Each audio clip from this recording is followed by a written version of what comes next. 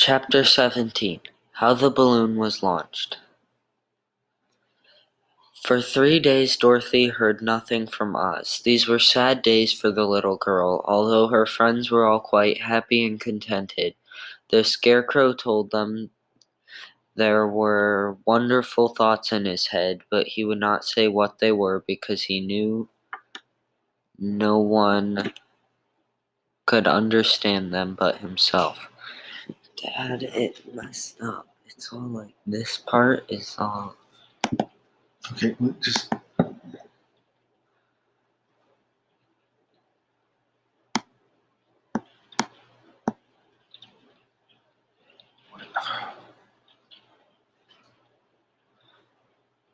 does it disappear only for a second?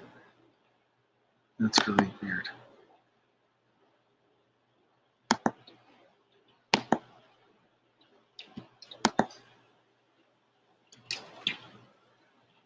Alright, just start over, I guess. Chapter 17 How the Balloon Was Launched. For 3 days Dorothy heard nothing from Oz. These were sad days for the little girl, although her friends were all quite happy and contented. The Scarecrow told them there were wonderful thoughts in his head, but he would not say what they were because he knew no one could understand them but himself. When the Tin Woodman walked about, he felt his heart rattling around in his breast, and he told Dorothy he had discovered it to be kinder and more tender heart than the one he had owned when he was made of flesh. The lion declared he was afraid of nothing on earth, and would gladly face an army of men or a dozen of the fierce Kalidas. Thus each of the little party was satisfied except Dorothy, who longed more than ever to get back to Kansas. On the 4th day, to her great joy, Oz sent for her, and when she entered the throne room, he said pleasantly, "Sit down, my dear. I think we have found the way to get you out of this country." "And back to Kansas?" she asked eagerly. "Well, I'm not sure about Kansas," said Oz, "for I haven't the faintest notion which way it lies.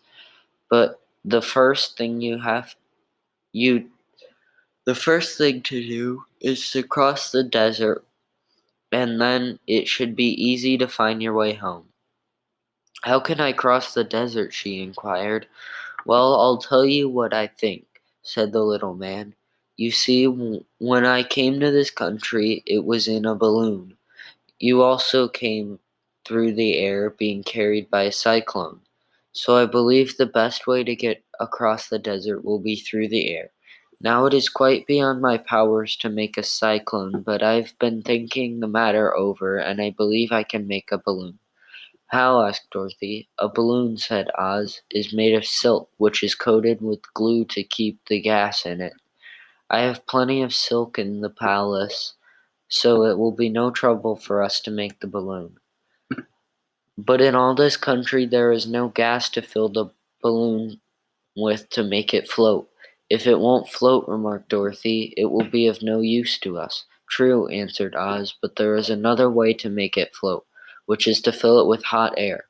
Hot air isn't as good as gas, for if the air should get cold the balloon would come down in the desert, and we should be lost." "We?" exclaimed the girl. "You are going with me? Are you going with me?" "Yes, of course," replied Oz. "I am tired of being such a humbug. If I should go out of this palace, my people would soon discover I am not a wizard, and then they would be vexed with me for having deceived them. So I have to stay shut up in these rooms all day, and it gets tiresome. I'd much rather go back to Kansas with you and be in a circus again." "I shall be glad to have your company," said Dorothy.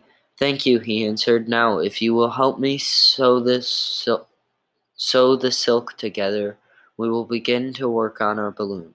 So Dorothy took a needle and thread, and as fast as Oz cut the strips of silk into proper shape, the girl sewed them neatly together. First there was a strip of light green silk, then a strip of dark green, then a strip of emerald green, for Oz had a fancy to make the balloon look in different shades of the color about them. It took 3 days to sew all the strips together, but when it was finished they had a big bag of green silk no more than 20 feet long.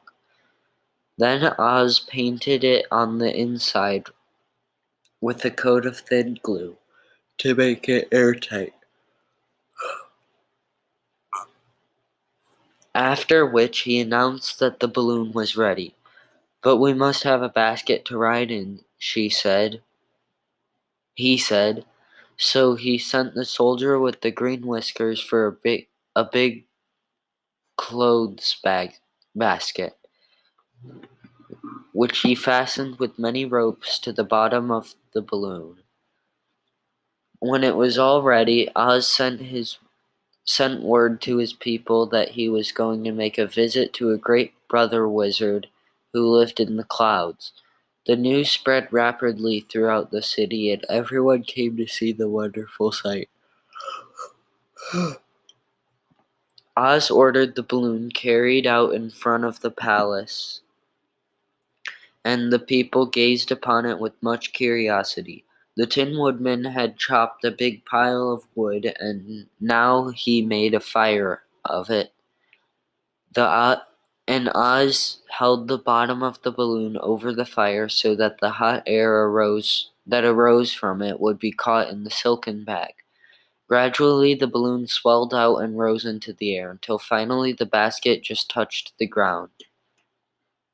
Then Oz got into the basket and said to all the people in a loud voice, "I'm going away to make a visit. While I am gone, the Scarecrow will rule over you. I command you to obey him as you would me." The balloon was by this time tugging hard at the rope that held it to the ground, for the air within it was hot, and this made it so much lighter in weight than the air without that it pulled hard to rise into the sky. "Come, Dorothy," cried the Wizard. "Hurry up, or the balloon will fly away." "I can't find Toto anywhere," replied Dorothy, who did not wish to leave the little dog behind. Toto had run into the crowd to bark at a kitten, and Dorothy at last found him. She picked him up and ran toward the balloon. She was within a few steps of it, and Oz was holding out his hands to help her into the basket when crack went the ropes, and the balloon rose into the air without her.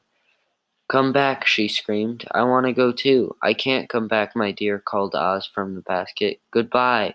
"Goodbye," shouted everyone, and all eyes were turned upward to where the Wizard was riding in the basket, rising every moment farther and farther. And that was the last any of them ever saw of Oz, the wonderful Wizard. Though he may have reached Omaha safely and be there now for all we know, but the people remembered him lovingly and said to one another, "Oz was always our friend. When he was here, he built for us this beautiful Emerald City, and now he is gone. He has left the wise Scarecrow to rule over us." Still, for many days they grieved over the loss of the wonderful Wizard and would not be comforted. How did you get confused?